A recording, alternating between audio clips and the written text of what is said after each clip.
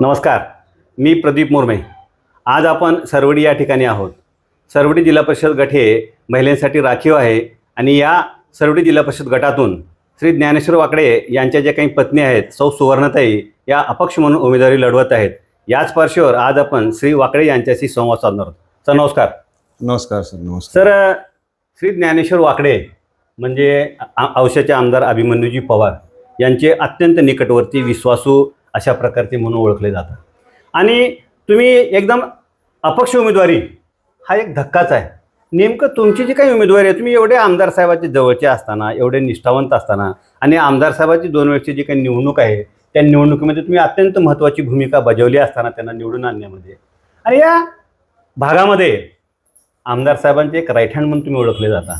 असं असताना देखील आपल्या पत्नीची सरवडी जिल्हा परिषद गटामधून आमदार साहेबांनी उमेदवारी का नाकारली, काय सांगाल तुम्ही आम्हाला? आजच्या या वेळेत सांगायचं म्हणलं तर अख्ख्या 68 गावाला हा प्रश्न भेडसावत आहे की नेमकं उमेदवारी नाकारायचं कारण काय. बरोबर.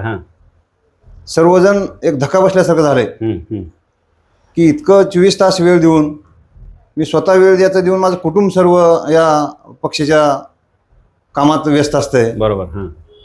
68 गावात प्रत्येक गावात शेत रस्त्यात कुठं म्हणत तिथं पूर्ण आपण 2 टर्न मंडळाध्यक्ष होतो. माग उपसभापती असताना पूर्ण संपर्क, हा सगळा पूर्ण राजकीय जे काही भाग भांडवल होतं माझ्याजवळ हा पूर्ण मी 68 गावामध्ये वापरलं आमदार साहेबासाठी. तरी सुद्धा तिकीट नाकारलं, एकदम धक्का बसला. आणि शेवटच्या टायमापर्यंत आम्हाला तिकीट तुम्हालाच आहे म्हणल्यानंतर आणि आम्हाला आत्मविश्वास होता की आपल्यापेक्षा जास्त मेहनत घेतलेला माणूस तरी आज तागत कोण होता. कारण 80% 90% मार्क घेतलेल्या विद्यार्थ्याला प्रवेश भेटाय नाही आणि 40-50% मार्क घेतलेला विद्यार्थ्याला पुढे प्रवेश दिले. म्हणून आम्हाला वाटलं की साहेबांनी सांगितले आता तुम्ही काढून घ्या, आणि असं असं ठरले आपलं. मॅडमला उमेदवारी द्यायची आणि तुम्ही वापस काढून घ्या म्हणल्यानंतर मी सगळ्याला सांगितलं बाबा आपल्याला उमेदवारी मागं काढून घ्यायची आहे. सगळ्यांनी जनतेने सांगितलं आम्हाला की तुम्ही उमेदवारी अजिबात काढून घेऊ नका, उमेदवारी द्यायचं पक्षाचं काम आहे, द्यायचं न द्यायचं तिकीट द्यायचं. परंतु जनतेच्या तुम्ही पक्षाच्या कोर्टात डावलं गेलं तुम्हाला, परंतु जनतेच्या कोर्टात तुम्हाला न्याय भेटणार आहे, आम्ही न्याय देणार आहोत तुम्हाला, तुम्ही उमेदवारी काढून घेऊ नका असा आग्रह झाला. सगळे भाजपचे जे बी काही कार्यकर्ते आहेत त्या सगळ्यांनी सांगितलं, फोनद्वारे मेसेजद्वारे माझ्याकडे सगळ्याचं म्हणणं मला मानले की तुम्ही उमेदवारी अजिबात काढून घेऊ नका, आणि तुमच्या पाठीमागं तुम्ही केलेली मेहनत आहे आणि ती तुम्हाला अपक्ष म्हणून राहू द्या तुमचा फॉर्म, आणि तुम्ही 100% तुम्ही निवडून याल. कारण तुम्ही 20-22 वर्ष जे संघर्ष केला त्या मतदारसंघात त्याचं फळ तुम्हाला भेटल. आणि आमच्या आग्रहास्तव, आमच्या मागणीस्तव तुम्ही ऐका आमचं आणि तुम्ही उमेदवारी काढून घेऊ नका म्हणल्यानंतर मी अजिबात कुणाचा फोनसुद्धा उचलला नाही, कुणाचंच ऐकलं नाही. जनतेनं सांगितलं ना आपला उमेदवारी ठेवायचा आहे, तो उमेदवारी ठेवली. आणि उमेदवारीचा फॉर्म भरती वेळेस जी संख्या होती 400 ते 500 महिला होत्या, तुम्ही रेकॉर्ड काढून बघा ते. आणि 300 ते 400 पुरुष, काही खर्च रुपये न करता त्यांनी स्वतः फक्त मोबाईलवर मेसेजवर दिले किंवा आपल्याला प्रचाराचा नारळ फोडायचे आहे. 700-800 लोक तिथं प्रचारासाठी आले. सरवडी जिल्हा परिषद गटामधून तुम्ही रीतसर मागणी केली होती, परंतु तुम्हाला उमेदवारी मिळालेली नाही. बरोबर. मग आता नेमकं तुम्हाला वाटलं होतं आमदार साहेब बाबा आपण एवढं निष्ठावंत असताना आमदार साहेब आपली जी काही तुम्ही तुमच्या ज्या पत्नीसाठी जी उमेदवारी मागितलेली होती ती उमेदवारी नाकारल असं तुम्हाला वाटलं होतं कधी? आणि कधीच असं वाटलं नव्हतं. पण आता खोटा प्रचार करत आहेत की वाकडेनी उमेदवारीच मागितली नाही. हा सगळ्यात मोठा विषय आहे. आता त्यांना तोंड नाही प्रचार करायला, लोक जनता विचारलेली आहे वाकड्याला उमेदवारी नाकारायचं कारण काय विचारते आहे, त्याला उत्तर द्यायला काही सापडत नाही. आणि आजच्या पेपरात त्यांचं स्टेटमेंट आले आमदार साहेबाचं की वाकडेने उमेदवारीच मागितली नाही. मी साक्षी आहेत आपल्याकडं, पक्षानं एक कमिटी ठरवलेली होती, ती हनुमंतवाडी येथे कमिटी आली ह्या सरवडी सर्कलमध्ये. प्रत्येक सर्कलला येऊन कमिटीच्या जो उमेदवार इच्छुक आहेत त्याची मुलाखत घेतली. माझ्या घरी लग्न होतं, उद्या लग्न होतं म्हणजे हळदी देवकार्या दिवशी कमिटी आली इथं. मी देवकार्य सोडून मी हनुमंतवाडीला गेलो, तिथं कमिटीचे अध्यक्ष आपले वसुधाराशे होते कमिटी अध्यक्ष, पुन्हा सुभाष जाधव मंडळाध्यक्ष माझे, आणि पोद्दार सर आणि राचटे सर ही 4 माणसं साक्षीला आहेत. मी रितसर कमिटीकडे मागणी केली आहे. माझी निवडणूक लढवायची इच्छा आहे. मी सगळ्या ताकदीने मी निवडणूक लढवायला तयार आहे. इतकं सुद्धा सांगितलं की आर्थिक खर्च सुद्धा तुम्ही 1 रुपया करू नका. मी खाली 2 पंचायत समिती मेंबरचा सुद्धा कोणा त्याला खर्च करू देत नाही. मी स्वतः खर्च करतो त्या 2 पंचायत समितीचा आणि तिन्हीच्या तिन्ही जागी मी निवडून आणतो. तुम्ही कसलेच टेन्शन घेऊ नका. प्रचार करायला सुद्धा माझ्या ह्याच्यात येऊ नका. तुम्ही बाकी काम तुम्ही हे करा. इतकं सांगून सुद्धा जाणून बुजून ठरवून ह्या काही लोकांनी नेते मंडळींनी ठरवून उमेदवारी काढली आहेत. म्हणजे आमदार साहेबांनी तुमच्या पत्नीची जी काही उमेदवारी नाकारली म्हणजे निष्ठावंत कार्यकर्त्यावर फार मोठा अन्याय केला. 100%. हां हां हां. मग आता तुमची जी काही उमेदवारी आहे लक्षात, उमेदवारी नाकारल्यानंतर तुम्ही आमदार साहेबांच्या अत्यंत निकटवर्ती आहात, जवळचे आहात. मग आमदार साहेबांना तुम्ही भेटला नाहीत का? आमदार साहेबांची नेमकी भेट घेतली नाही का? त्यांची काय प्रतिक्रिया नेमकी? उमेदवारी नाकारल्यानंतर बी आम्ही गेलो. काय मग बरेचसे कार्यकर्ते आमदार साहेब काय म्हणले नेमकं तुम्हाला? नाही असं करू थांबा काढून त्यांना म्हणजे 2 फॉर्म भरलेले होते. मॅडमचा डोंगरगावचा एक भरलेला होता आणि पर्यायी म्हणून आपला 2 नंबरला होता. काही काळ 2 दिवस काय म्हणले मॅडमला काढून घ्यायला लावू, तुमची उमेदवारी ठेवूत. आणि सुरुवातीला तर बी फॉर्म जोडते वेळेस मॅडमलाच बी फॉर्म जोडलेला होता.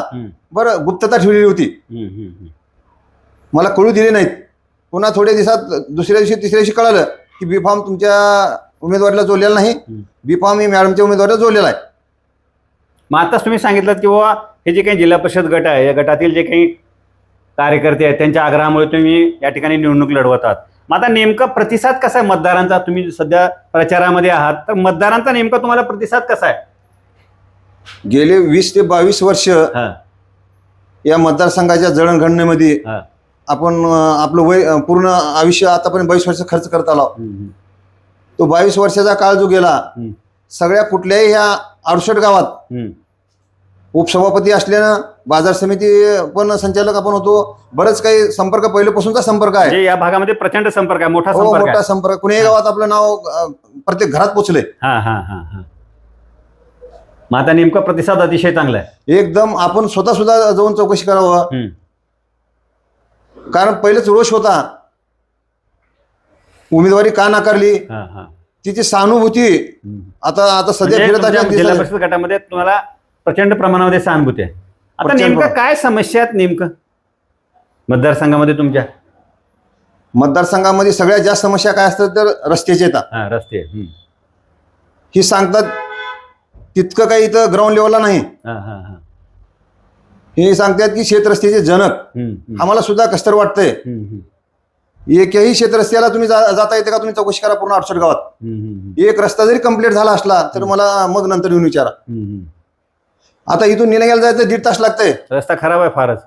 बघितला इथून लातूरला आम्ही लवकर जाऊ शकता, निलंग्याला जाऊ शकत नाही. तुम्ही शिर्शीला जावा 1.5 तास लागतंय. फक्त मातीकाम झालंय आणि ती बी बरं असलेले रस्ते फार चिखलमय होऊन गेलेत. कुठल्याही गावात गेले तर सध्या आक्रोश आहे भाजपवर.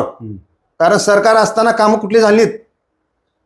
लोकांचा आक्रोशमुळं आपल्याला जास्त त्याचं सहानुभूती दिल्यात. पर्याय दोन्ही पसंत नाहीत. पर्याय तुम्ही उभार लाव ही आम्हाला आनंद आहे म्हणून स्वतः इच्छुक होऊन आपल्या पाठीमागे जनता. म्हणजे तुमच्याकडे तिसरा पर्याय म्हणून बघितलं जाते. तिसरा पर्याय म्हणून बघितलं जाते. सक्षम पर्याय म्हणून बघितलं जाते. आता मग नेमकं काय सांगाल? तुमची जी काही शीट आहे किती मताधिकाने निवडून येईल? आता तुमचा चांगला अभ्यास आहे, अनेक वर्षापासून तुम्ही उपसभापती म्हणा किंवा विविध सरपंच उपसरपंच पदावरती काम केलात. काय वाटतं नेमकं आता तुम्ही प्रचारामध्ये आहात, नेमकं तुमची जी काही शीट आहे तुमच्या पत्नीची शीट किती मताधिकाने निवडून येईल काय सांगाल तुम्ही आम्हाला? आता ह्याचं गणित काय लागणार आहे? शीट येणार एवढे 100%. अडाऊन्स काही आपल्याला म्हणजे सांगता येणार नाही. परंतु आली तर 2000च्या पुढे जाईल शीट, किमान 2000च्या पुढून. कारण ही पंचायत समिती गण जी आहे आमचा, कोकळगाव पंचायत समिती गण एक आहे, सरवडी पंचायत समिती गण आहे. कोकळगाव पंचायत समिती गणामध्ये कमसे कम 2000ची लीड इथंच भेटल. कारण आपण पंचायत समिती लढलो त्यावेळेस 1700 मताची लीड फक्त 5 गावात मिळाली. जी काही तेरणा नदी आहे त्या काठावरील जे काही 4-5 गाव आहेत ते सगळे कुठं शिर्शीला जोडलेले आहेत प्रशासकीय दृष्ट्या.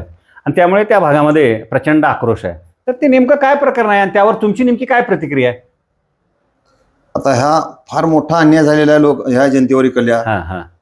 माळेगाव असेल, जिवरी असेल, सांगवी असेल, नदी हत्तरगा, कोकळगाव, मुदगड ही गावं 30 ते 35 किलोमीटरच्या अंतरावर येतात शिर्शीपासून, आणि इकडं आम्हाला 15 किलोमीटरमध्ये, काही गावाला तर 10 किलोमीटर अंतर आहे. बामणी आहे, धानोरा आहे, ही गावं सगळे यांचा आग्रह आहे की आम्हाला निलंग्यातून काढू नका. म्हणजे ते निलंगा पाहिजे अशी त्यांची मागणी निलंगा आहे. पाहिजेत. म्हणजे शिर्षेला जोडले. आणि शिर्षेला जोडल्यामुळे हा आक्रोश आहे. तो आक्रोश व्यक्त करण्याचा किंवा ही करण्याचा ही टाइम आहे, योग्य तिने वाट बघत आहे. आता बरेच काही तुम्ही अपक्ष उभारला ही चांगलं झाले, पक्षातून उभारलं असतो तुम्हाला इंटरव्ह्यू सुद्धा करू दिलं नसतो म्हणले. सांगवी, आपलं माळेगाव, जिवरी, नदी हत्तरगा, ही गावं तुम्ही अपक्ष आहे म्हणून तुम्हाला एंट्री आहे. त्याचा तुम्हाला नाहीतर फायदा होईल पक्षातून राहिला वाटतं? असं तुम्ही इंटरव्ह्यू झाला नसते. ही गावं आज ताकद म्हणल्यात की आम्हाला अपक्षच उमेदवार पाहिजेत, कारण दोघाला बी आम्हाला मतदान करायचं नाही, यांना धडा दाखवायचे आहे, हा पैतरा धरल्यात. आणि माझं या आपल्या आजच्या मुलाखतीतून सांगू इच्छितो की आपण एक मोठा लढा उभा करणार आहे. आमचे गावं निलंग्यालाच राहावं यासाठी आम्ही एक मोठा लढा उभा करू, आणि गावं आमची निलंग्याला जोडीपर्यंत या लढा थांबणार नाही, असं मी आपल्या या माध्यमातून जनतेला सांगू इच्छितो. आणि विशेष काही अफवा पसरतात की आम्ही मॅनेज करू, आमचाच माणूस आहे, पाठिंबा द्यायला लावू, ही लोकांना कन्फ्यूज करण्याचं काम चालू आहे सध्या. ही माझी विनंती आहे मोठ्या नेत्यांना की आपण असलं कन्फ्यूज करू नये. फडात कुणाची हारजीत होईल जनता ठरवेल, आपण काही कन्फ्यूज न करता फडातच कुस्तीसाठी सज्ज राहावं. आणि आम्ही मॅनेज होणाऱ्यापैकीतला आपण माणूस नाही, कारण आयुष्यात पहिली बी झाली आणि मरेपर्यंत मॅनेज होणार नाही, मॉडेल पर वागणार नाही. आणि 5 वर्ष बरेच जणांना संभ्रम आहे की निवडून आल्यानंतर कुठं तर पक्षात वापस जाईल भाजपमध्ये, माझ्या रक्तात नाही. भाजपचा तो विषय नाही, आता तो विषय सुटलेला आहे. भाजप हा पर्याय आपणाला नाही अजिबात. आपणाला कुठं न्यायची जनता ठरवून या पाठीमागं माझ्या मनाला कधीच काही करणार नाही. 5 वर्ष मी अपक्ष म्हणूनच राहील, एवढं मी आजच्या या ठिकाणी वचन देतो. अपक्ष म्हणून निवडून दिल्यानंतर अपक्ष म्हणूनच मी 5 वर्ष काढन, हा माझा आपल्या माध्यमातून सर्व जनतेला आव्हान आहे. आपल्या कामाचा अनुभव, आपण काम करतोय का नाही त्याचं मॉडेल आहे कोकळगाव. ही कोकळगावात आपल्याकडे 10 ते 15 वर्षापासून ग्रामपंचायत आहे, सगळ्यांनी बघितलेलं आहे. ग्रामपंचायतला आपल्याला निवडून दिल्यापासून आज तागायत 300 ते 400 घरकुल आहेत. रमाई आवास योजनेचे 100 घरकुलं कंप्लीट आहेत, पण प्रधान आवास योजनेचे 285 घरकुल मंजूर आहेत, ती पण कामं पूर्ण होत आल्यात. गावात कुठेही कुठलाही रस्ता नाही शिल्लक की पूर्ण फेवर ब्लॉक आहे, सिमेंट कॉन्क्रीट आहे, कुठलंही म्हणजे आतापर्यंत केलेल्या कामाची पावती आहे. बाकीच्या आमच्या गावाला सगळं माहीत आहे, हा माणूस कामाचा आहे, काहीतरी करू शकतोय, हा त्यांना आत्मविश्वास आहे स्वतःला. कारण गेले 5 वर्षातला जो अनुभव आहे एकदम खराब अनुभव आहे. जिल्हा परिषद सदस्य निवडून आल्यानंतर इथलं भाजपचाच होता, मी पंचायत समितीला होतो, तो जिल्हा परिषदला होता. अजिबात कुठल्याही गावात एक कवडीचं एक खडा सुद्धा ठेवानी 5 वर्षात. तो आक्रोश आहे. भाजपकडून येणाऱ्या माणसाला फार आक्रोशाला सामोरं जावं लागलं आहे. अनंत अडचणी येतात. म्हणजे तुमचा विजय निश्चित आहे 100% जनता सांगेल. आता तुमच्या जे काही पत्नी आहेत सुवर्णाताई निवडणुकीला उभारलेत, तर या मुलाखतीच्या माध्यमातून ज्ञानेश्वर वाकडे नेमकं जिल्हा परिषद गटातील मतदारांना काय सांगतील किंवा काय आव्हान करतील? तुम्हालाच का निवडून द्यायचं तुमच्या पत्नीला सांगा. काही अफवा पसरतात की आम्ही मॅनेज करू, आमचाच माणूस आहे, पाठिंबा द्यायला लावू, ही लोकांना कन्फ्यूज करण्याचं काम चालू आहे सध्या. ही माझी विनंती आहे मोठ्या नेत्यांना की आपण असलं कन्फ्यूज करू नये. फडात कुणाची हारजीत होईल जनता ठरवेल, आपण काही कन्फ्यूज न करता फडातच कुस्तीसाठी सज्ज राहावं. आणि आम्ही मॅनेज होणाऱ्यापैकीतला आपण माणूस नाही, कारण आयुष्यात पहिली बी झाली आणि मरेपर्यंत मॅनेज होणार नाही, मॉडेल पर वागणार नाही. आणि 5 वर्ष बरेच जणांना संभ्रम आहे की निवडून आल्यानंतर कुठं तर पक्षात वापस जाईल भाजपमध्ये, माझ्या रक्तात नाही. भाजपचा तो विषय नाही, आता तो विषय सुटलेला आहे.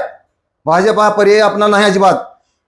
आपणाला कुठं न्यायची जनता ठरवून या पाठीमागं माझ्या मनाला कधीच काही करणार नाही. 5 वर्ष मी अपक्ष म्हणूनच राहील, एवढं मी आजच्या या ठिकाणी वचन देतो. अपक्ष म्हणून निवडून दिल्यानंतर अपक्ष म्हणूनच मी 5 वर्ष काढन, हा माझा आपल्या माध्यमातून सर्व जनतेला आव्हान आहे. आणि उद्या 7 तारखेला सर्व माझ्या मायमाताने, माझे बंधू, वडीलधारी मंडळी सर्वांना विनंती करतो, आपण एक गरीब माणसाला आपण ताकद द्यावी. आणि खरंच आपल्या मनाला समाधानी वाटेल की आपण एक चांगल्या माणसाला, आपल्या कुटुंबातल्या एका माणसाला निवडून दिलो असं मी आत्म्याला वाटेल. या पद्धतीने मी वागून दाखवतो. आपल्या मतदारसंघातले कामं एक फोकस करून, शेतरस्त्याचं काम असेल, अंतर्गत रस्त्याचं काम असेल किंवा जिल्हा परिषद जितके काही रस्ते असतील ती जास्तीत जास्त प्रमाणात मी करून देण्यासाठी अहोरात्र प्रयत्न करून 5 वर्षात खरंच एक वेगळं लातूर जिल्ह्यात हा सरवडी सर्कल लातूर जिल्ह्यात एक वेगळं मॉडेल दिसल असं मी करून दाखवतो. यासाठी सर्वांनी माझ्या माता बहिणीने सर्व भाऊ वडीलधारी मंडळीने माझ्या पाठीशी आशीर्वाद द्यावं असं मी विनंती करतो. आणि 7 तारखे दिवशी आपण आपली पत्नी स्वर्णा वाकडे यांना कूलर एसी कूलर आहे त्या कूलरवर बटन दाबून आपल्याला विजय करावा असं मी आग्रहाची विनंती करतो आणि इथंच थांबतो. आज आपल्यासोबत सरवडी जिल्हा परिषद गटातील अपक्ष उमेदवार सौ सुवर्णाताई ज्ञानेश्वर वाकडे आहेत. तर नेमकं आज आपण त्यांच्याशी संवाद साधणार. ताई नमस्कार. नमस्कार. काय सांगाल, सध्या तुम्ही निवडणुकीला उभारला आहात, अपक्ष निवडणूक लढवत आहात, कसा आहे नेमका आता तुम्ही प्रचार करत आहात, प्रचारामध्ये प्रतिसाद कसा आहे मतदारांचा तुम्हाला? सगळ्यात चांगला आहे. जिथं जाईल तिथं प्रतिसाद चांगला आहे. सगळे चांगले बोलतात, मतदान करू मग सांगतात. सगळ्यात चांगलंच बोलतात. आता नेमकं काय समस्या आहेत तुमच्या भागामध्ये? आमच्या भागामध्ये काय समस्या आहेत? सगळ्याच्या शेतरस्त्याच्या समस्या आहेत. हा हा हा हा हा हा हा. सगळेजण शेतरस्त्याच्या समस्या सांगत आहेत. तुमचे पती आमदार साहेबाच्या अत्यंत निकटवर्ती म्हणून ओळखले जात होते आणि तुम्ही तिकीट मागितल्यानंतर तुम्हाला तिकीट आमदार साहेबांनी नाकारलं. तुम्हाला वाटलं होतं आमदार साहेब असं करतील म्हणून? नाही वाटलं नाही. आमदार साहेब आम्हाला देतातच असं वाटलं होतं. हा हा हा. पण नाही दिले ते. मग आता तुम्ही अपक्ष निवडणूक का लढवत आहात? आता जनतेच्या आग्रहामुळे, जनता आग्रह केली म्हणून लढवत. म्हणजे जनता आग्रह केली त्यामुळे तुम्ही लढवत आहात. मग आता तुम्ही निवडणुकीला उभारला आहात, आता निवडणूक आहे, आता नेमकं तुम्हाला का निवडून द्यायचं? काय सांगाल नेमकं या मुलाखतीच्या माध्यमातून तुम्ही लोकांना काय सांगाल, तुम्हालाच का निवडून द्यायचं? त्यांच्या कामासाठी. त्यांनी आम्हाला काम करून द्या म्हणून सांगितले, आम्ही त्यांचं काम करू म्हणून सांगितलं, त्याच्यासाठी त्यांनी निवडून द्या. म्हणजे तुमच्या पतीने ज्या या भागामध्ये जे काही केलेले जे काही आता तागाचे जे काही विकास काम आहेत त्यामुळे आणि त्या स्वतः त्यांनी आग्रह केल्यामुळे तुम्ही निवडणूक लढवत आहात. तर त्यामुळे तुम्हाला या निवडणुकीमध्ये निवडून दिलं पाहिजे.